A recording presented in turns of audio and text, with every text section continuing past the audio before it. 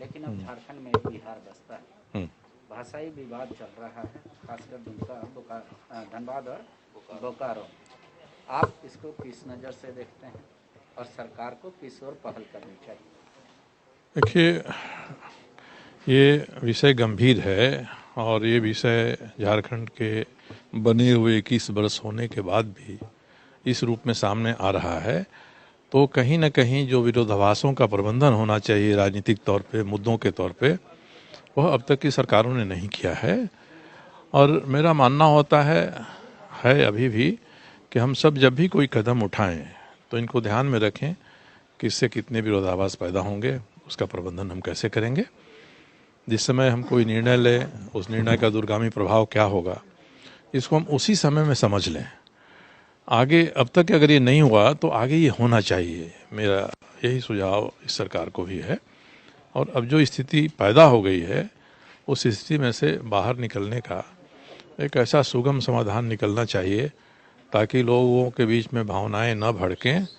कौवा कान ले गया तो कौवा के पीछे हम दौड़े, इसके बदले हम अपना कान देख लें हमारी जगह पर है कि नहीं है।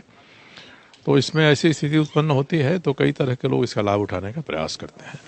और मुझे उम्मीद है कि इस सरकार में ऐसे लोग हैं जो इस पर विचार करेंगे और इसका समाधान निकल जाएगा। सर, ये माननीय शिक्षा मंत्री के यहाँ कैसे आना हुआ? शिक्षा मंत्री हैं हमारे क्षेत्र में, स्कूल के, विद्यालय के एक आध छोटे बड़े काम हैं। तो आज ही मुझे किसी ने फ़ोन किया और मुझे फिर वापस जाना था, तो जिसने मुझे फ़ोन किया उसका जवाब भी देना पड़ेगा ना, तो इसलिए मैं यहाँ आ गया, इनसे मिल लिया, मिल के बात कर लिया। एक स्कूल है जिसकी प्रकृति में कुछ गड़बड़ी हुई है, पंजाब कन्या विद्यालय है। उसके साथ ही एक ही नोटिफिकेशन में 3 विद्यालयों को सुविधाएं मिलने की बात हुई, 2 को मिल गई, 1 को नहीं मिला। तो बहुत दिन से लटका है, 3-4 वर्षों से लटका है। तो मैं आया था उसी का निवेदन करने कि भाई समरूप तरीका से विचार करें हम लोग ताकि हो जाए। स्कूल कहाँ है सर? जमशेदपुर में है, जमशेदपुर में भालोबासा में पंजाब कन्या विद्यालय।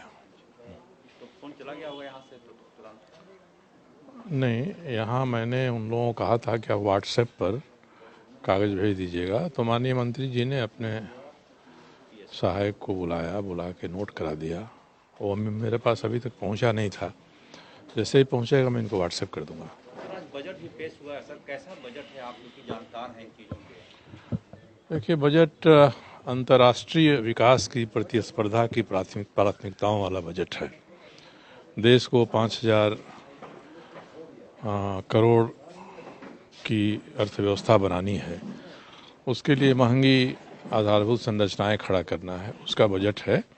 उसके हिसाब से इस बजट की प्रशंसा की जाएगी।